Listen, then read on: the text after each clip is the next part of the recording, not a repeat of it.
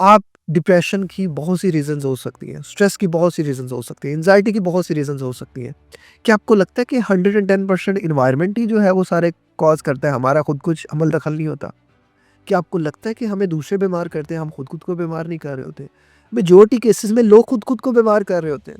वो अपने आप को वक़्त नहीं दे रहे होते, कोई रिस्पॉन्सिबिलिटी नहीं दे ले रहे होते, किसी तरह की भी ज़ात को बदलने की कोशिश नहीं कर रहे होते। अगर आप कोशिश नहीं करोगे तो ज़िंदगी कैसे बदलेगी? आपको लगता है कि मैं कुछ ना करूँ, मैं मतलब मान के चलो एक एक एक सिंपल जस्ट एक एग्ज़ाम्पल कर लो, इमेजिन कर लो।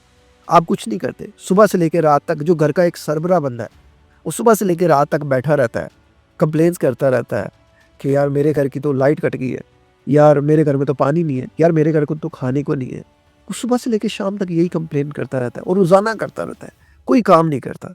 तो आप ज़रा मुझे बताएँ कि क्या उसके घर में कोई चीज़ आ सकती है?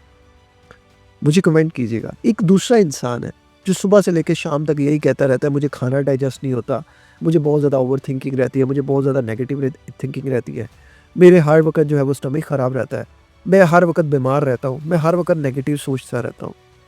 उस इंसान की अगर आप लाइफ देखते हैं तो वो हर वक़्त बैठा है, हर वक़्त वेला है, कोई काम नहीं कर रहा, किसी तरह की खुद को एफर्ट नहीं दे रहा, किसी तरह की खुद को जो है वो रिस्पॉन्सिबिलिटी नहीं दे रहा। हम पैदा रिस्पॉन्सिबिलिटी के लिए हुए हैं, हम पैदा एफर्ट के लिए हुए हैं। अगर हम बैठे रहेंगे, सोचते रहेंगे, कुछ नहीं करेंगे, सोचना अच्छा है लेकिन कुछ करना भी तो अच्छा है ना, कुछ उठना भी तो बेहतरीन है।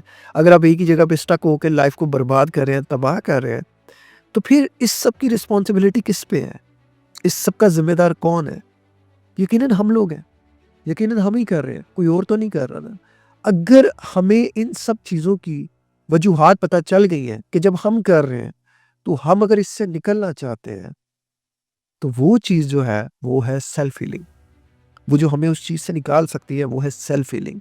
क्योंकि जब हम किसी चीज़ की वजह को जान लेते हैं, फिर हम उसकी रिस्पॉन्सिबिलिटी लेने को, एक्सेप्ट करने को ज़्यादा जल्दी एग्री हो जाते हैं। अगर मेरी वजह से मैं बीमार हो रहा हूँ, तो मैं उस वजह को ठीक करने की अगर कोशिश कर रहा हूँ, तो मैं सेल्फ हीलिंग कर रहा हूँ।